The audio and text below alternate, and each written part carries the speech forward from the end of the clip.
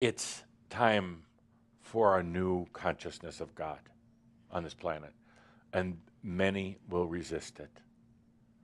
You don't have to go out and evangelize to anybody. It's just realizing it for yourself, and it's out there. It's one of the biggest inhibitors of freedom on this planet. God, religion, very old concepts. Once you get free of some of these old concepts of God, once it becomes an experience, a freeing, liberating experience, you start to understand how this all works. And not from biological, scientific, but from the God algorithm. And then suddenly you're in it. You're not outside of it. It's not a mystery how these things happen. You're no longer dealing with power, so you don't have to worry about blowing up the universe or hurting somebody else. You're suddenly realizing how everything comes together. And then you suddenly start realizing how you are the God algorithm, how you affect everything, how you create everything.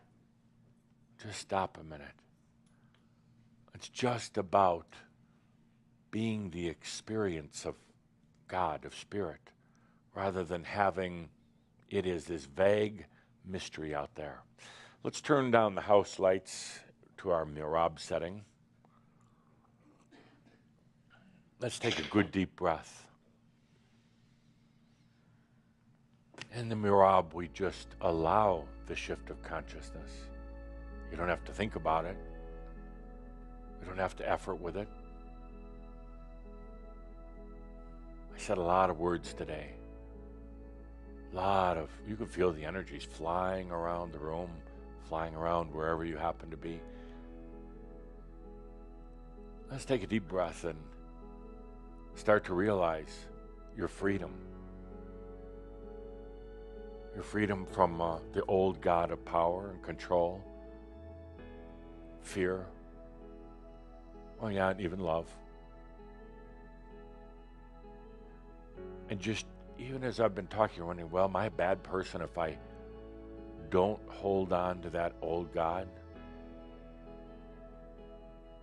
Am I not believing in God anymore? No, just shifting. Just shifting.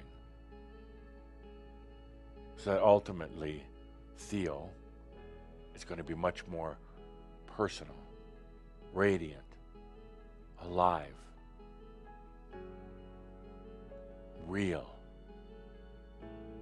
Suddenly emerging of both science and spirit. Once you start really understanding the God algorithm, the flow of consciousness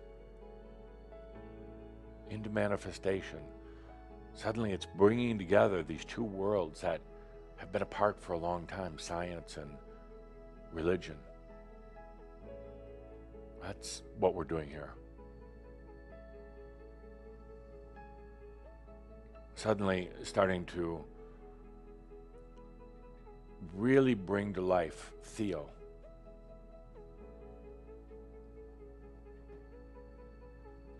Really bringing it in as an experience, not as a belief system or thoughts.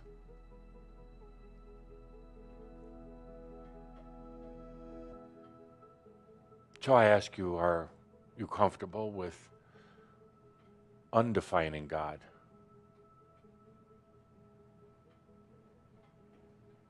Comfortable with going to a new level of consciousness? God doesn't have to be out there. God doesn't even have to love you. That's a tough one.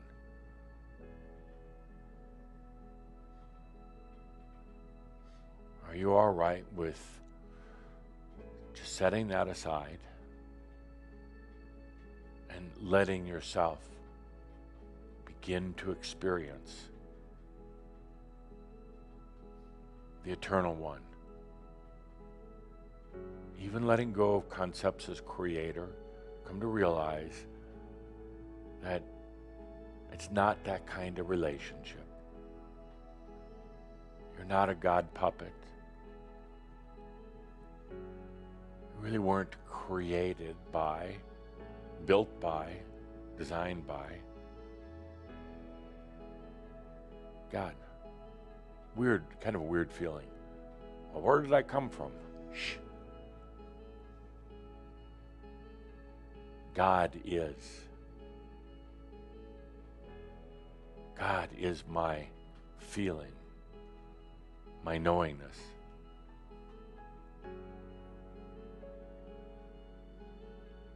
God is my compassion. God is my day-to-day life.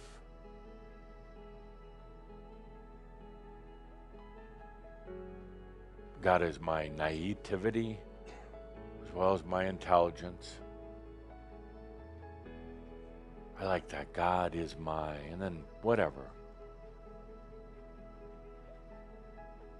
It doesn't have to be just the good stuff either. It can be the tough stuff. God is all my garbage. All my garbage. All my guilt and shame. God doesn't mind.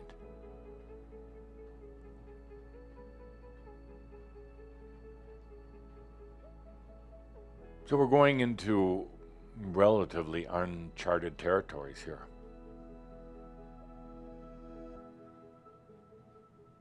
It takes some pretty bold and courageous beings to do that, but it's time. We're going to where we're talking about, I love this, the God algorithms, the flow, stream of consciousness as it picks up energy, it picks up dynamics and life, and then it becomes so. So take a good deep breath and just take this moment to allow.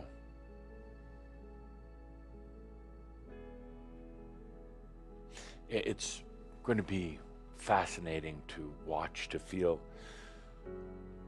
in your own experience, your own realization. You know, when you can be comfortable saying, I don't need God to love me. I don't require that. Again, initially kind of an empty, weird feeling, but then suddenly, oh wow, that was a pretty big trip I was putting on Theo. It was a pretty big trip I was putting on myself, actually.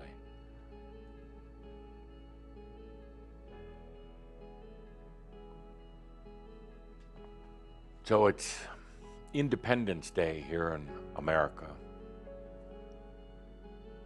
It's Sovereignty Day here at the Crimson Circle.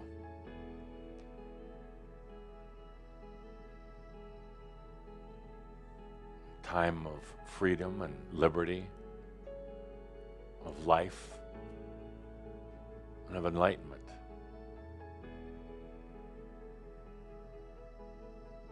Take a good deep breath. Take a good deep breath.